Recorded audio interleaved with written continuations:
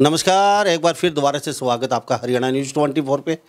मैं हूं मुन्ना लांबा, मेरे सहयोगी हिमांशु लांबा के साथ हम मौजूद हैं हांसी। और हांसी में एक चर्चित मुद्दा है पूरे हरियाणा प्रदेश का, आपने देखा होगा।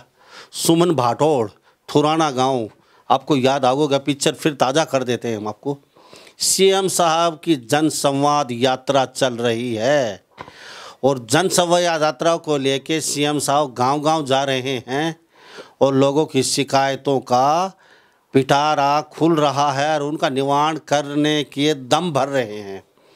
इसी प्रक्रिया में सुमन भाटोड़, याद है, बहुत तेज तर्रार महिला, अपनी बात रखने में सक्षम महिला और अपनी बात पे अडिग रहने वाली महिला सुमन भाटोड़ ने मांग की थी, आपको याद होगा, कि गांव के अंदर एक फैक्ट्री लगा दीजिए ताकि उस फैक्ट्री में गांव की महिलाएं बहुत बेरोजगार हैं, ज़मीन किसी के पास है नहीं, ताकि उस फैक्ट्री से महिलाओं का गुजर बजर हो सके, कुछ पैसा जेब में आ सके, अपना घर चला सके। काफ़ी बड़ा गांव है, तो इस वजह से उन्होंने मांग रखी थी। लेकिन दूसरी तरफ मुख्यमंत्री मनोहर लाल जी ने पलट जवाब दिया। अभी चंद्रयान 3 तो जा चुका, 4 जाएगा, उसमें बैठा के आपको चंद्रयान में भेज देंगे, वो दे देंगे आपको। तो ये प्रक्रिया पूरे हरियाणा में मुख्यमंत्री साहब ट्रोल हुए और लाखों कमेंट आए। अब माफ़ी भी मांग ली है मुख्यमंत्री साहब ने। फ़ोन पे दूरभाष पे विनोद भैणा हांसी के विधायक यहाँ इनके घर पे आए हैं, फ़ोन पे बातचीत करवाई है खट्टर साहब की, और खट्टर साहब ने कहा है कि आप हमारे निवास पे आइए, यहाँ पे आपकी समूह सहायता में मदद करेंगे, फैक्ट्री खोलने की भी कोशिश, आप ज़मीन दिलवाने की कोशिश कीजिए। ये सारे वादे भी किए हैं। तो हमारे साथ सुमन भाटोड़ हैं। बात वहीं पे आती है, जनसंवाद। कैसा जनसंवाद, कौन सा जनसंवाद? जहाँ पे जाते हैं लोग शिकायत लेके खड़े हो जाते हैं और लोगों का कहना है कि वहाँ पे कुछ सुनता ही नहीं है हमारी, और जो कुछ सुनाने की कोशिश करता है उससे माइक छीन लिया जाता है या मुख्यमंत्री साहब डरा के बैठा देते हैं। सुमन भाटोड़ जी, आपका बहुत बहुत स्वागत है हमारे। हाँ जी, नमस्कार जी। भाटोड़ जी, हाँ जी, उस दिन काफ़ी तेज आवाज़ में, काफ़ी जोश में थे, क्या बात? जोश में तो आज भी हूँ। आज भी मैंने अपना होश और जोश खोया नहीं है जी। बात तो मेरी गांव की महिलाओं की थी, बेरोजगार युवाओं के लिए थी, मेट मजदूर, मनरेगा मेट मजदूर की थी। तो उनके लिए आवाज़ मैं हर टाइम उठाती रहूँ और अब भी मैं हारी नहीं हूँ, मेरा संघर्ष जारी है जी। तो आपको क्या दर्द था, क्या मांग लिया उस समय आपने? जैसे मुख्यमंत्री साहब बोल रहे थे तो उस समय आपको माइक हाथ में दिया गया, तो ये पहले आपको जैसे जो लोग बोलते हैं उनको बैठा दिया जाता है और जो जयकारा लगाते हैं उनके हाथों में माइक परमानेंट रहता है, तो आपने से क्या बोल दिया उसमें? मैंने तो सिर्फ मेरी महिलाओं के लिए, मेरे गांव जो भाटोड़ जाटान है उसमें कई ग्रुप हैं, 10-11, तो उनके लिए मैंने मांग रखी थी कि महिलाओं के लिए हमारे गांव में फैक्ट्री लगवानी चाहिए। तो यही मांग मैंने रखी थी रोजगार के लिए। तो सीएम साहब जी ने बोला कि चंद्रमा 4 जब जाएगा ना, 4 नंबर चंद्रमा पर चंद्रमा यान जाएगा तो उसमें बिठाकर आपको चांद पर भेज देंगे, चंद्रयान में बिठाकर। तो मुख्यमंत्री हमारे देश के प्रदेश के मुख्यमंत्री का ये जवाब होता है। मुख्यमंत्री या तो पता नहीं समझ नहीं पा रहे हैं, या शायद ही आवेश में कुछ बड़ा बोल जाते हैं, या फिर सत्ता का नशा इस कदर सर चढ़ के बोल रहा है मुख्यमंत्री साहब को कि जबान फिसल जाती है। कभी मेवात में दंगों के लेके कहते हैं कि पुलिस किसकी सुरक्षा करेगी, हमारे पास इतनी पुलिस नहीं है। कभी किसी गांव के अंदर सरपंच प्रतिनिधि को स्टेज से उतार देते हैं, कहते हैं तुम्हारा हक नहीं है, नीचे उतरिए, सरपंच को बैठाइए ऊपर। और कभी भाटोड़ हमारे साथ मौजूद हैं, कभी कोई शिकायत देता है उसको कह देते हैं ये तो फर्जी हैं, दूसरी पार्टी के हैं और पैसे तुम्हारा कोई पैसा नहीं खाया, आप झूठा एलिगेशन लगा रहे हैं, इसको उठाइए, अंदर कीजिए। ये तो मुख्यमंत्री साहब ही भली बातें समझ पा रहे होंगे। चुनाव का समय है और हम लोगों के बीच लगातार जा रहे हैं, उनसे बातचीत करने की कोशिश कर रहे हैं। ये जनसंवाद यात्रा कहीं उल्टी ना पड़ जाए, बीजेपी के गले की फांस ना बन जाए। आने वाले समय के लोगों में चर्चा है, जहाँ जहाँ जनसंवाद यात्रा निकली है वहाँ बीजेपी का कहीं न कहीं नुकसान ही होता जा रहा है। अब मुझे ये बताइए, आपको माइक दिया गया तो कितनी देर बोले आप उनके सामने? बोली तो जी मैं कम से कम आधा घंटा हूँ, क्योंकि मेरी कई मांगे थी, मैंने सारी रख दी थी। तो लास्ट में उन्होंने मेरे को पूछा था कि आपको क्या चाहिए। मैंने बोला था कि मैं चाहती हूँ कि हमारे गांव की महिलाओं के लिए रोज़गार के लिए एक फैक्ट्री हमारे गांव में खोल दी जानी चाहिए, जिससे कि हमारी महिला गांव में ही अपना रोज़गार कर सके। तो फिर चांद पे जाएंगे? चांद पर जाऊं जी आके न उन्होंने आश्वासन दिया है और बेटी का मान सम्मान किया है, और अब उन्होंने मेरा बैग रखवा दिया है। तो चांद के लिए पैकिंग कर ली? हाँ, हमारे माननीय विनोद वियाणा जी, हमारे जो यहाँ बीजेपी के अध्यक्ष हैं यहाँ एमएलए जी, वो कल मेरे घर आए और बोले सुमन बहन बेटी, हमने ऐसा कोई अपमानजनक आपको बात नहीं कही है, आप हमारी बेटी हो, आप हमारी बहन हो, हम आपसे मतलब एक इस लाइन को वापस लेते हैं और एक बाण बेटी मान के हमने आपका कोई अपमान नहीं किया है, तो आप अपने बैग को रख दो, हम आपकी सारी मांगे मानेंगे। यही मेरे को अब चांद पे मत जाओ, अब चांद पे मत जाओ। तो चांद पे फिर तो मुख्यमंत्री साहब ही भेजने वाले थे चांद पे, तो आपको मुख्यमंत्री साहब भेजना चाहते थे, और वो पैकिंग अब यूं क्यों रह गया? पैकिंग रख दीजिए। अब सीएम साहब ने भी फ़ोन पर बात की है और उन्होंने भी मेरे को अपनी बेटी माना है और बोला कि सुमन बहन जी, आप मेरी बेटी हो, आप मेरी बहन हो, मेरा कोई ऐसा मतलब द्वेष भाव नहीं था, कोई बेइज्जती वाला वो नहीं था कि मैं क्यों मेरी बहन की बेइज्जती करूँगा। और मैंने तो आपको देखा कि गांव में कम ही मिलती है इतनी एक्टिव महिलाएं, तो आप धड़ाधड़ मेरे सवालों का जवाब दे रही थी, तो मैंने सोचा कि इतनी एक्टिव महिला है, तो मेरे से एक अनजाने में ये एक लाइन निकल गई कि आपको तो चांद पे होना चाहिए, तो चंद्रमा 4 अगर जाएगा तो उसमें आपको भेजा जाएगा। इसलिए निकल गई भाई मेरे से। मैंने मतलब कोई द्वेष की भावना नहीं है, ना मैंने कोई आपका अपमान किया। तो अब तो मुख्यमंत्री के फोन आने लगे आपके पास, राजा जी के फोन आने लगे, क्या कहेंगे? राजा जी के फोन तो जी आने थे, क्योंकि अब तो उनकी मैं बेटी बन गई। उन्होंने अब तो मेरे को बेटी मान लिया है। बोले आप सीधा आना, किसी समय डिमांड लेके आप आना, तो मैं जाऊंगी, बहुत विश्वास और आस के साथ मैं जाऊंगी अपनी डिमांड को लेकर। मेरे सारे काम सीएम साहब ने वादा किया है, वो मेरे सारे काम पूरे करेंगे। अब बोल रही थे, लगता है आपको? जी, जब वादा किया है तो जरूर पूरा करेंगे, क्योंकि सीएम साहब जी हैं, विश्वास है। करेंगे जब कह के गए हैं तो करेंगे। हाँ जी। तो कभी किसी सिखा के तो नहीं भेजा आपने किसी को? अगुवाई आपको ये बोल रहा है उधर? नहीं, मेरे को कोई सिखाता नहीं है, ना मैंने किसी टिकट की जरूरत, ना मैं बिकाऊ हूँ। मेरा एक गरीब सा घर है और मैं दलित परिवार से संबंध रखती हूँ। मेरे को किसी ने कुछ बात नहीं सिखाई है, ना मैं कोई प्लानिंग करती हूँ, ना मैं कोई पार्टी से जुड़ी हूँ जी। एक काम महिलाओं गांव के लिए काम करूँ, महिलाओं के लिए। तो अब कैसा लग रहा है पूरे भारत में, हरियाणा में जगह जगह सुमन बाटोड़, सुमन बाटोड़, सुमन बाटोड़? वो तो जी माननीय मंत्री साहब ने ये लाइन बोल के है ना जनता से बुलवा दिया है, क्योंकि मैं उनकी बाण बेटी थी, उनकी भारत माता थी। उन्होंने ही मेरे को इतना मान सम्मान किया है। मैं भारतवासी देश के सभी नौजवान बहनों और माताओं का और मजदूरों जितने भी हैं सबका मैं धन्यवाद करती हूँ कि उन्होंने मेरा बहुत मान सम्मान किया है। और सीएम साहब तक ये आवाज़ पहुँचाई है कि आप देश के राजा होते हुए भी हमारी महिला का मान सम्मान नहीं करते हो, हम ये होने नहीं देंगे, हमारी महिला है और आपने सोच के बोलना चाहिए था। 100 सवाल उठे हैं, 100 कमेंट। मैं उनका बहुत बहुत धन्यवाद करती हूँ जो मुझे अपनी बेटी मानते हैं। तो हमारे साथ सुमन बाटोड़ मौजूद हैं और थुराना गांव में बहुत बड़ा एक प्रोग्राम था, वहाँ पे जन संवाद चल रहा था, काफ़ी डिमांडें रखी और सारी भी हम वो आपको वो भी दिखाते हैं, वो भी थोड़ा सा देख लीजिए आप, पहले प्रक्रिया क्या हुई थी, फिर दोबारा आते हैं। कि आप बाटोल जाटान में फैक्ट्री लगाने का कष्ट करें ताकि हमारी महिलाएं काम करें। अगली बार एक चांद के ऊपर एक और जो जाएगा ना, वो चंद्रयान 4, उसे भेजेंगे। बैठ जाओ जो बात मैं पूछ रहा हूँ। तो आप लोगों ने सबने देखा। तो सुमन बाटोड़ अब बाहर जाते हैं, इधर उधर सब आपको पहचानते हैं, कैसा लग रहा है? बहुत अच्छा लग रहा है जी। और मेरे देश की महिला और गांव की महिला भी मेरे को बोल रही हैं कि सुमन तूने बहुत अच्छा किया है। भाई महिला हूँ, महिलाओं के लिए बोल रही हूँ, आप देखो कि अच्छा किया है या वो क्या बोल रही है कि आप तो कहीं भी गलत नहीं हो। आप सुमन अभी आप पूरा तो कोई टिकट देगा तो चुनाव लड़ने की इच्छा?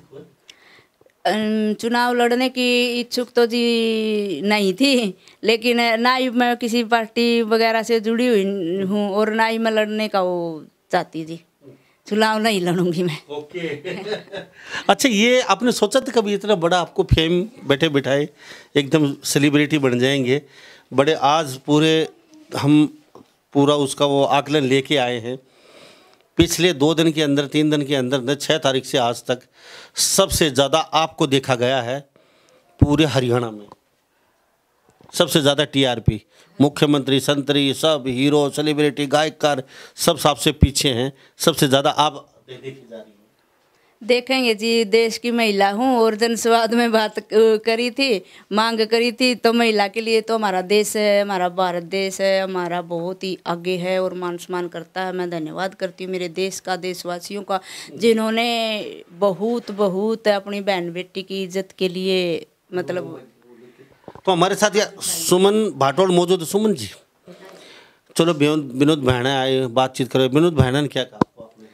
विनोद भाणा जी ने मेरे को बोला कि तू मेरी बेटी है सुमन, और तेरे को है ना, हम कभी भी मतलब ज़िंदगी में आगे भी, और जो अब पीछे जो बोल रहे हैं नहीं कि ऐसे बोला वैसे बोला, हमने कोई दवेश की भावना नहीं है, ना ही हम अपनी बेइज्जती के उससे। और कल एक वीडियो बनाई थी, उसमें शायद सबने देख भी लिया है, उन्होंने अपनी जो लाइन थी उसको मान्या है भी, हमने अचानक से निकल गई, तो ऐसा कोई भाव नहीं था बेइज्जती करने का, ये बात मेरे को बोली है।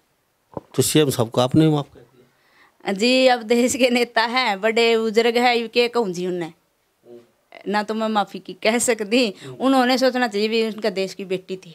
उस समय आपको बुरा लगा बहुत ज़्यादा? उस टाइम तो जी बुरा ही लगा, अभी ये एक लाइन मेरे लिए क्यों बोल गए कि मैंने कहीं गलती तो नहीं कर दी, बुरा तो लग गया जी। और फिर मीडिया ने जब वीडियो को वायरल किया, तभी मैंने गौर से सोचा कि कहीं ना कहीं तूने गलती की है, तो तभी सीएम साहब मेरे को ऐसे बोले हैं। तो फिर मेरे देशवासियों ने मेरे लिए आवाज़ उठाई और सब ने मेरे को बोला कि बहन जी तू कहीं गलत नहीं है। तो मेरे मन में है ना दुख बहुत हुआ, मैं अपमान भी महसूस कर गई कि मेरे लिए क्यों सीएम साहब ने बोला। मेरे मन में अंदर ही ये सवाल उठा कि मैं सीएम साहब से मिलूंगी और मैं उनसे इस एक लाइन का जवाब ज़रूर मांगूंगी।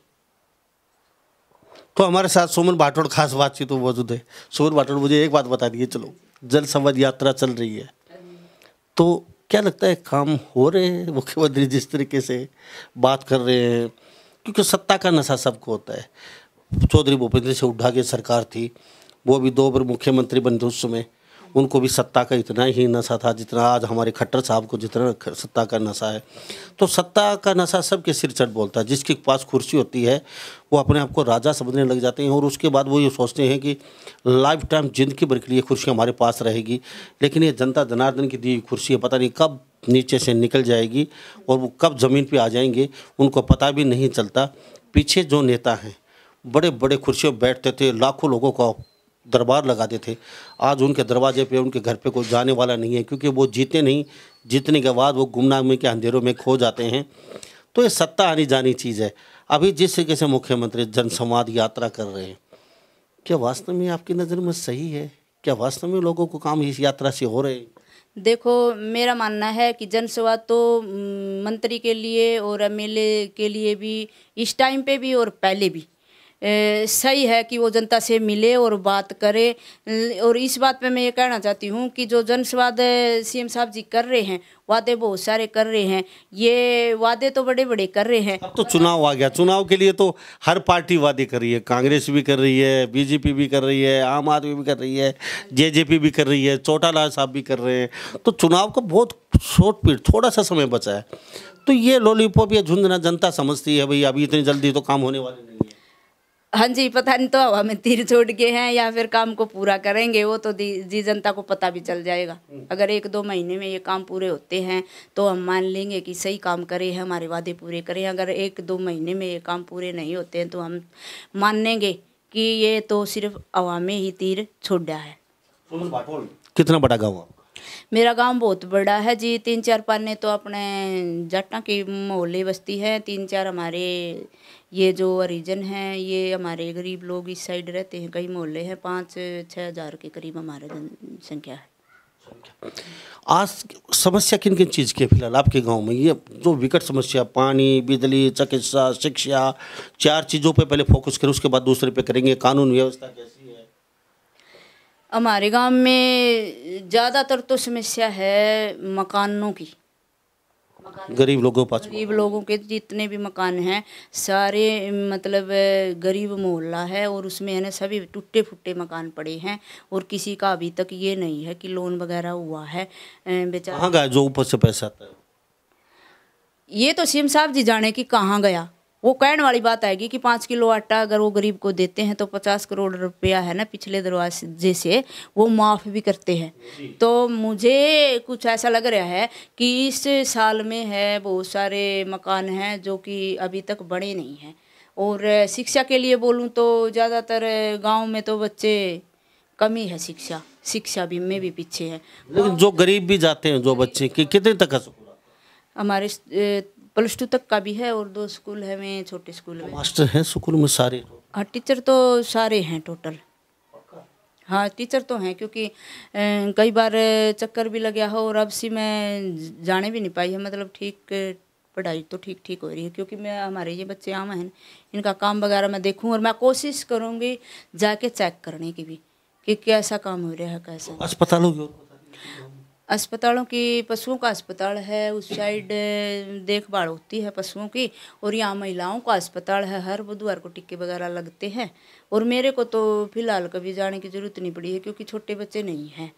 छोटे बच्चों को लेकर जाती है ना महिलाएं तो उनको ही ज़्यादा। अस्पताल में सारा स्टाफ दवाई समय पे देना आना खोलना सब कुछ सही होता है या फिर आजकल देखते हैं वही कोई डॉक्टर नहीं आते वैसे बंद पड़े रहते हैं दवाई? एक छोटा सा वो है अस्पताल जिसमें 6-7 आशा वर्कर हैं, 3-4 ये बड़े वर्कर हैं, एक डॉक्टर और एक मैडम तो हर टाइम बैठी ही रहती है। कई बार तो फिर इसमें हम पानी की जोड़ तालाब आपकी गलियों का पानी हमारा ठीक तरीके से निकासी नहीं हो पा रही है और गांव में जल भराव होता है। सड़कें टूटी फूटी पड़ी हुई है। रविदास भवन है उसकी भी वो भी पेंडिंग पड़ा हुआ है। हमारी से जो चौपाल है इसका भी काम है बाकी है। तो क्या विनोद भाणा कितनी बार आपके गांव में आए हैं? सही बताना, झूठ नहीं बोलना। बिल्कुल झूठ नहीं बोलूँगी मैंने कि विनोद भाणा जी यहाँ कीजिए डर थोड़े लगे है बताऊंगी वो 2 बार आई है लगभग। एक बार तो अब आई है एक बार। ये तो मुख्यमंत्री है मजबूरी आना पड़ेगा क्योंकि राजा जी आएंगे तो वो वजीर को आना पड़ेगा। उससे पहले एक बार और बुलाए थे तब आए थे। तो ये कुछ लोगों की समस्या सुन के गए या फिर 5 साल में ये 4 साल से ज़्यादा समय हो गए सिर्फ एक बार आए हैं खुद अकेले? अब कल इसके बारे में बात भी चल रही थी। कई और गांव के लोग भी अपनी अपनी मांग लेके जा रहे थे तो वो तो कह रहे थे कि मेरी तरफ से तो पैसा पूरा आया है भाई 25 लाख रुपए तो रविदास उसके लिए भवन के लिए मैंने दिया है। 10-11 लाख शायद इसके लिए भी बोल रहे थे। चौपाल में भी लगाई है और ज़्यादा मेरे को पता नहीं कि उन्होंने कितना यहाँ दिया है क्योंकि वो तो सरपंच को पता होता है गाँव वाले को। और लगभग है ना हमारा जो पिछला सरपंच था 7 साल से रहा है उन्होंने हमारे लिए बहुत अच्छा ही काम किया है। और अब जो सरपंच साहब हैं उनका अब पता चलेगा जी वो कर रहे हैं अभी काम क्योंकि ग्रांट सरकार वगैरह देगी ना जब भी अगला काम करेगा कौन जी। जोड़ों में पानी चाहिए? जोड़ों में पानी तो जी टाइम पर सही होता है लेकिन अब काम करने के लिए ही सुखाया गया था। 2-3 जोड़ों की खुदाई हुई है अभी और अभी पानी डलवा देंगे। लेकिन ये बाहर का जो बरसाती पानी है ना ये बहुत ज़्यादा आसपास आकर के जल भराव हो जाता खेतों में भी मकानों में घर में। तो आपके गाँव में काफ़ी बड़ा गाँव, चोरी चकारी कानून व्यवस्था क्या? चोरी चपारी तो हमारे गाँव में नहीं होती है और शराब जिस तरह ये और बड़े बड़े नशे हैं ये हमारे गांव में नहीं होते। इस चीज़ से हमारा गांव बचा हुआ है। अगर होते भी तो हम करने भी नहीं देते, बिल्कुल रोक लगाते। चलो आपका कीमती समय लिया हमने और हमारे साथ सुमन बाटोड़ कोई ये नहीं है कोई बड़े घर से हैं या कोई राजनीति कर रही हैं या कोई टिकट मांग रही है या किसी पार्टी के बहकाव में है, ऐसा कुछ भी नहीं है। थोड़ा सा मकान दिखा दीजिए मंजूर भाई पीछे खड़ा हो गए। छोटा सा मकान है, गरीब परिवार है। इनका ऐसा कोई मकसद भी नहीं था कि इतनी बात इतना बड़ा इशू बनाने का। इशू बनाया मुख्यमंत्री सामने, ये इनका देख लीजिए। ये छोटा सा एक रूम है, अंदर का देख लीजिए। हम आपको सिर्फ इसलिए दिखा रहे हैं, आप सोच रहे होंगे भाई सुमन बाटोड़ हेल्दी है तो बहुत अच्छे खासे किसी पार्टी ने बहका दिया होगा या किसी पार्टी ने इनको लिख के दे दिया होगा आप जाके वहाँ बोलना टर। तो ऐसा इनका कोई मकसद नहीं है। छोटा सा मकान, ये तस्वीर देख लीजिए अंदर के भी, यहाँ पे ये छोटा सा हिमांशु लंबा दिखा दीजिए। ऐसा कोई मकसद नहीं था, ये यहाँ तक का है ये इनका। और छोटा सा मकान है, गरीब परिवार है, दलित वर्ग से ये आती हैं। इन्होंने मांग सिर्फ इतनी रखी थी कि महिलाएं को कुछ पैसा जेब में आने लग जाएगा। ये समूह चलाती हैं, सहायता समूह, तो उसमें इनका इतना ही था भी 100, 200, 250 महिलाएं उस फैक्ट्री में काम करें, ऐसा ही मकसद था। बस ऐसा ही था जी कि मेरे गांव की जो महिला है ना, तो यदि मेरे गांव में फैक्ट्री लगे है तो गांव की जो महिला है, जैसे अनपढ़ भी हैं, पढ़ी लिखी भी है, उनके लिए भी रोजगार हो जाता। और जो मैंने यही सोचा था कि इनको बाहर नहीं जाना पड़े। कई जेंट्स ऐसे होते हैं जो बर्डन करते हैं महिलाओं पे, बाहर नहीं जाने, फलान नहीं जाना, उनके लिए था अपने गाँव में मिल जाए, सुबह 10 बजे आ जाए, शाम को 4 बजे चली जाएगा। अनपढ़, पढ़ी लिखी और जो दबाव वाली महिला है, जो घर का मानना है दबाव, तो मैं घर का गुजारा कर लेंगी, इसलिए सोचा था मैंने। और सुमन बाटोल, बहुत बहुत धन्यवाद। आपका बहुत बहुत धन्यवाद इतनी दूर से यहाँ आने के लिए, और आपका बहुत धन्यवाद जो नारी की आवाज़ उठाने के लिए आप आज मेरे पास घर तक आए हैं जी। हमारे साथ सुमन बाटोल बनी हुई थी खास बातचीत में, और ये वो महिला हैं यानी कि साक्षात था झांसी की रानी लगा लीजिए दूसरी, जो खुल के अपनी बात रख सके, खुल के मंच पे अपनी बात कह सके और अपनी बात पे अडिग रहे। तो मैं भी सलूट करता हूँ सुमन बाटोल को, क्योंकि उन्होंने अपनी बात रखी मुख्यमंत्री के सामने और बेबाक तरीके से। अब मुख्यमंत्री साहब ने कह भी दिया है भाई गलती से निकल गया ये वर्ड, हमारा ऐसा कोई मकसद नहीं था, ये सारी बातें भी हो चुकी हैं। तो इस बारे में आप क्या सोचते हैं? सभी इन बातों के साथ मैं मुन्ना लंबा, मेरे सहयोगी हिमांशु लांबा के साथ हरियाणा न्यूज़ 24। नमस्कार, जय।